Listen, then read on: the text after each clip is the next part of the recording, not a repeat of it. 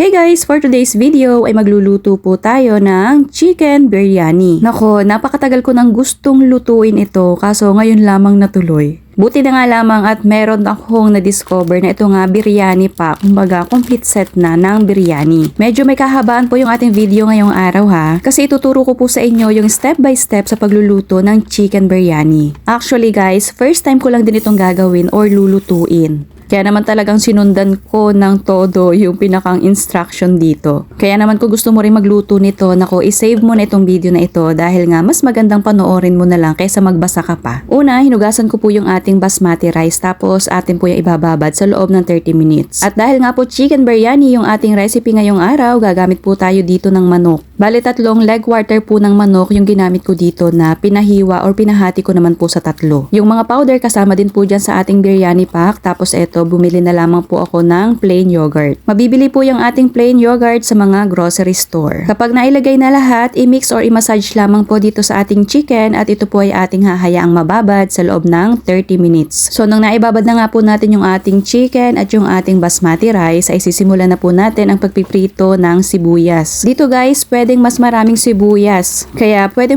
pa po kayong magdagdag dito. So after po nating maprito yung ating sibuyas, ito po ay ating hahanguin na, then set aside muna. Tapos sa kaparehong kawali, nag-iwan lamang po ako dyan ng sapat na dami ng mantika, naglagay ng 1 kutsarang butter. Yung butter po ay optional na lang. So dito po tayo magigisa ng sibuyas, bawang at luya. Pagkagisa, isusunod naman po natin yung ating hiniwang kamatis. Bale, 3 piraso po ng kamatis ang ginamit ko dito. So ito po igigisa natin hanggang sa lumambot yung ating kamatis. Kapag okay na, ilagay na yung binabad na manok. Hindi nyo po kailangan maglagay ng tubig dito ha, kasi ito po ay kusang magsasabaw or magtutubig yung ating chicken. Naglagay po ako dito ng 1 chicken cube at sapat na dami ng asin. Haluin at ito po ay ating tatakpan para mas mabilis pong maluto yung ating manok. Ito nga po ay aking chinecheck or binabaligtad kada ilang minuto para po pantay yung pagkakaluto ng ating chicken. Nako, pagkabukas ko nga nito mga mi ay talaga namang napakabango. Talaga namang abot ang amoy sa kapitbahay.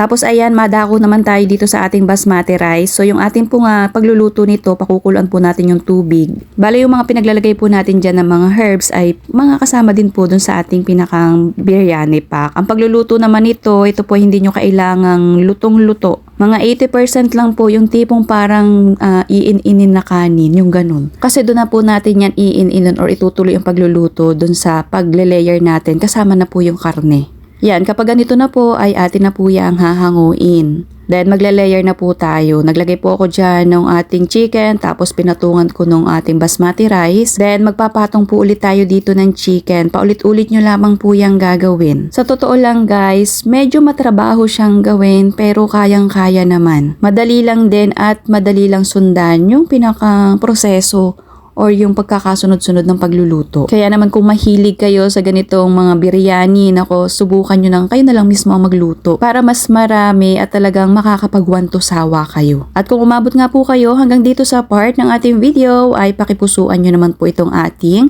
chicken biryani. And mag-comment na rin po kayo kung hanggang saan po ba umabot itong ating masarap na recipe ngayong araw. At ayan, nilagyan ko po siya ng foil at naglagay po ako dito ng takip na mas maliit para pinakampabigat dito. At hinayaan ko pa po yan sa loob ng 15 minutes sa katamtamang lakas lamang po ng apoy na para bang nagpapain-in po ng kanin. At eto na po, atin na po yung imimix mga mi. Naku, alam nyo ba, ako'y tuwang-tuwa kapag meron akong mga ganitong bagong recipe na natututunan or nagagawa. Kasi paborito talaga namin itong mag-asawa at paborito rin ito nung anak kong panganay. As in, nag-o-order pa kami at medyo may kamahalan. So dahil marunong na ako magluto ngayon, abay, hindi na kami mag-o-order, magluluto na lang. Naglagay na rin ako dito ng pinakang white sauce. Yan po ay yogurt lamang na nilagyan ko ng bawang at konting asin. At yung lasa mga mi, naku, napakasarap at sabi rin ng aking asawa at ng aking inay ay talagang napakasarap po.